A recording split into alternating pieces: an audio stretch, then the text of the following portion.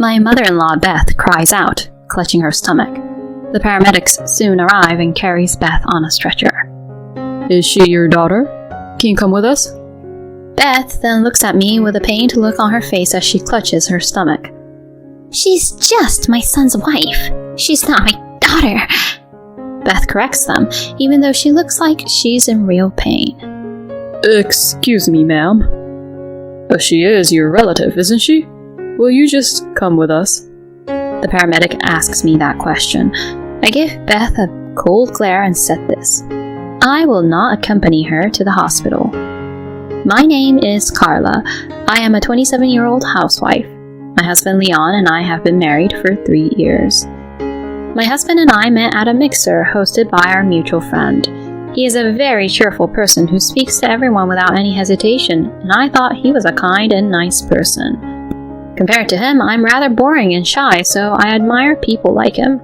I was sure that he wouldn't even consider me as someone he'd want to get close to seriously, but to my surprise, he began to approach me. Carla, are you interested in camping? Camping? I've only been to it once when I was a student. I see. I like camping a lot, so why don't some of us go camping together next time? I'd love to go camping with you. At first, we went camping with about 4 people, and then I started talking to him about various things, and we grew closer. He started actively asking me out to dinner and on dates, and we started to go out. Then about 2 years into our relationship, he proposed to me, and I was to marry him. I was very happy, and I was at the height of my happiness. We then went to greet his parents to inform them about our marriage. My impression of his in-laws was good. My father-in-law, Walter, was bright and kind, just like him. My mother-in-law, Beth, was more of a quiet type, and although she was smiling the whole time, she did not speak much. So I mistakenly thought that she was a similar type to me, and felt close to her. I realized that I was wrong when I visited my in-laws at a family party. As soon as Beth saw me, she looked at me coldly and said, "Hurry up and come to the kitchen and help me." And when I went to the kitchen, she said harshly, "You're such a slowpoke. Can't you just get on with it?" And she would say harsh things to me. At first, I thought she was acting that way because she was busy.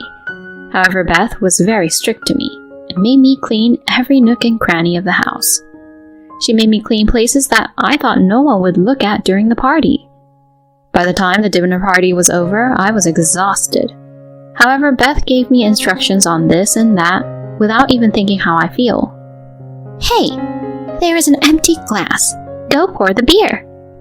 After giving me these orders, Beth would say something to our relatives to look down on me.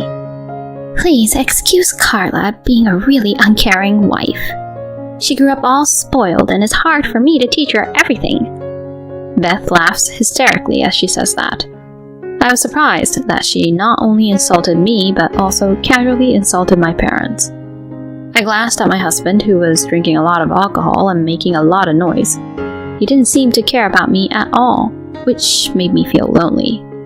That's how Beth was at our first party at my parents-in-law's house. She was not at all like me. She was not at all as quiet as she had been when we greeted each other in marriage. Perhaps she was trying to determine what kind of woman I was at that time. "Carla, I am sorry for giving you a hard time." It was Walter who said this to me as I was going back and forth between the kitchen and the living room. "My wife has a big attitude like that, and she's a bit of a brat. Leon is our only son, and we had him pretty late, and we spoiled him a bit. I may have caused a little trouble for you, even though you're his wife." Walter says so and apologized to me. "It's not a trouble for me." I said so because I felt bad for Walter. But at that time, I didn't really feel that it was a trouble for me at all.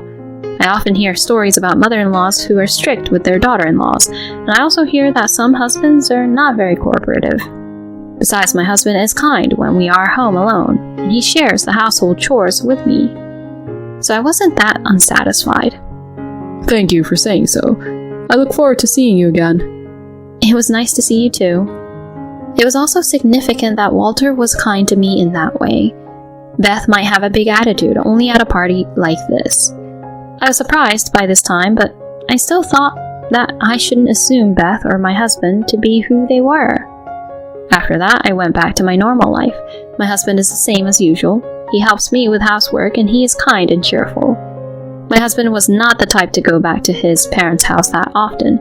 He would return back to his parents at Thanksgiving's, Christmas, or New Year's. So for about a year after we got married, I hardly had anything to do with Beth. However, that situation changed when Walter was seriously injured in an accident and needed nursing care. We were asked by Beth to move in with her. Carla, my mom said that, and I'm worried about my dad too, so please, can we live with them? My husband begged me. I was surprised because my husband had never asked me that seriously.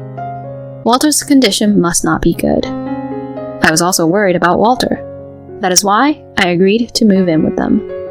But I didn't think it would be the biggest mistake of my life.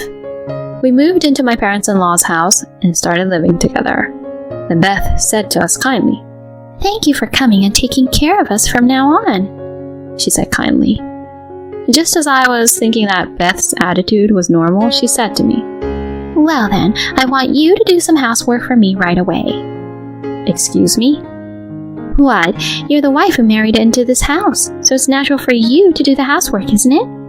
I want you to vacuum and wipe the floor as soon as possible. What are you doing? Hurry up and move. Oh, okay.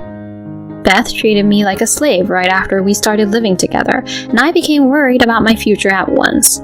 Beth was not behaving like this because she was busy with family party, but because she has always been like that.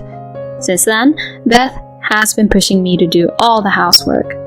I work full-time, so I cannot do housework during the day, but Beth complained and forced me to do an unbelievable amount of housework after I came home from work.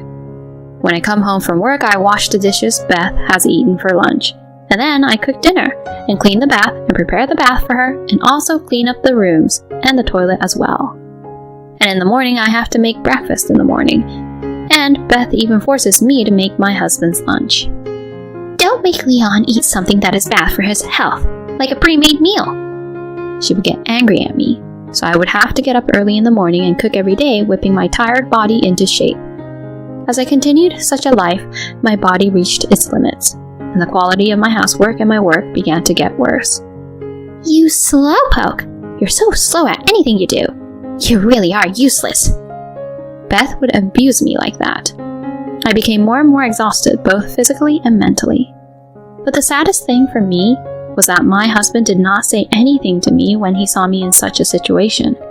On the contrary, since we started living together, my husband did nothing to help around the house. If my husband had helped me with the housework, like he had in the past, it would have made things a little easier for me.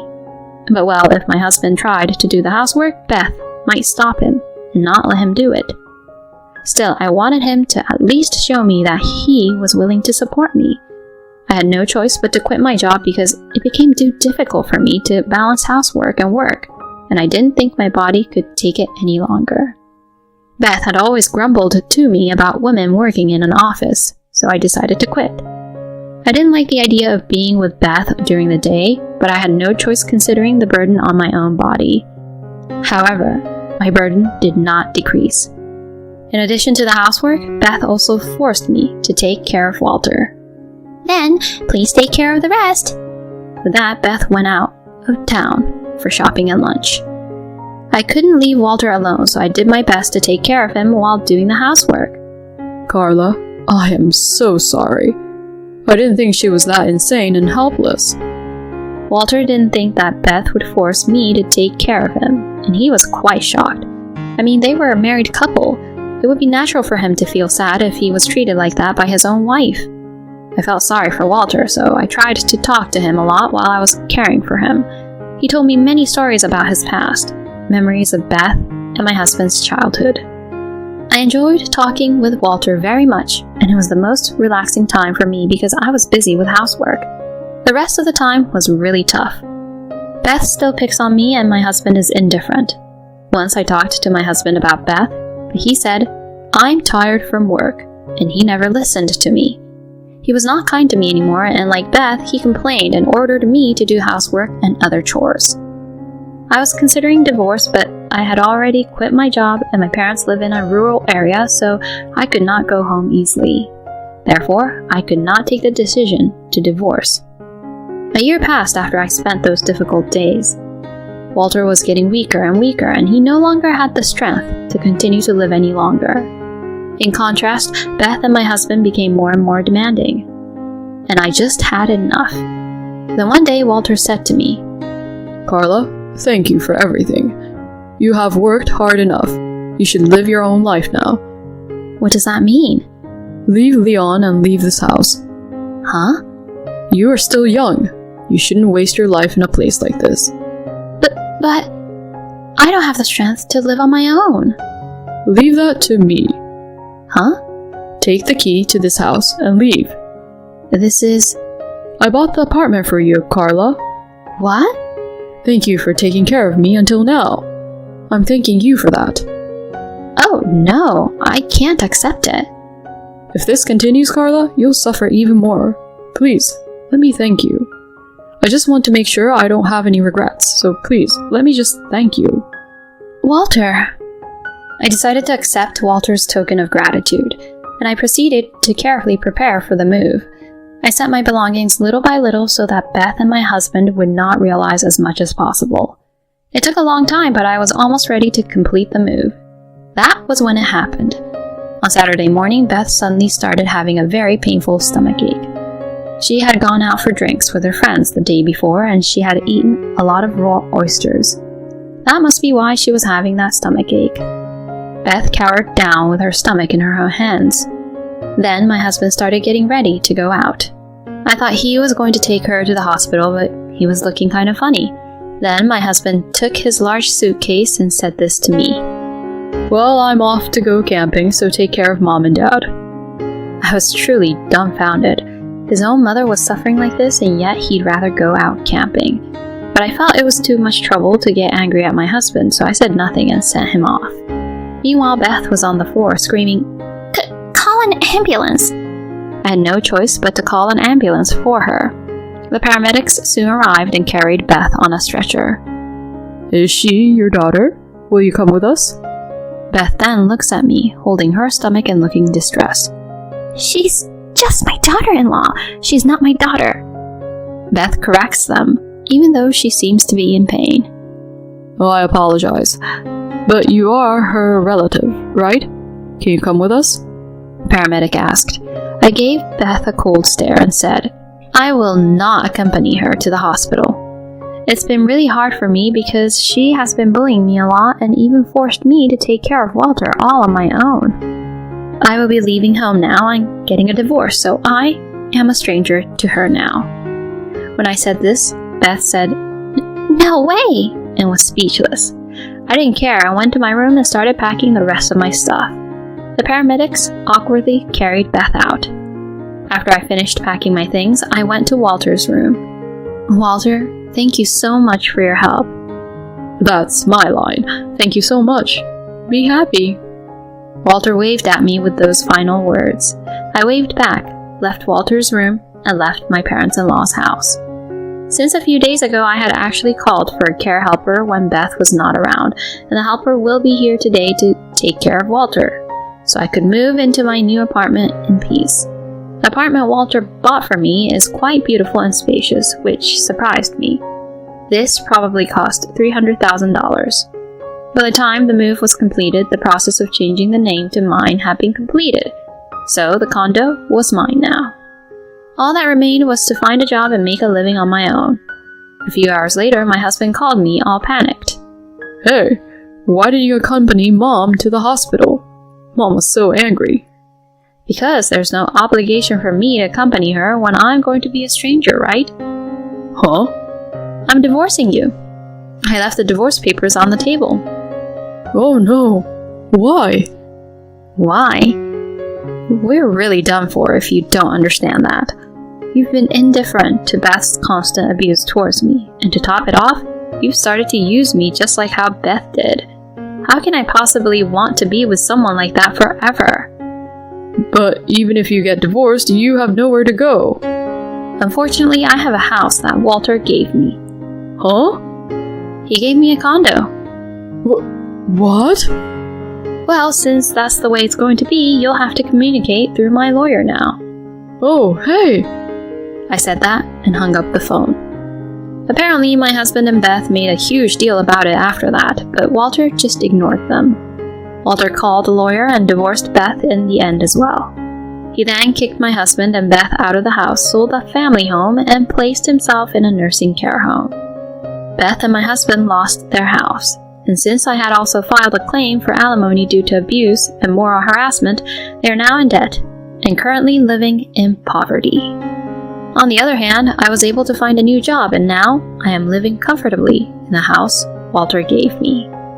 From now on, I will live a peaceful life while searching for what I want to do. Why would you want to pick on your own daughter-in-law? I really don't understand it. But still, I'm glad Carla went through with taking care of Walter. I'm surprised that she was able to get a condo as a gift. I hope she'll find a wonderful man this time and be happy. Thanks for watching until the end. If you enjoyed the video, please subscribe to our channel. See you in our next video.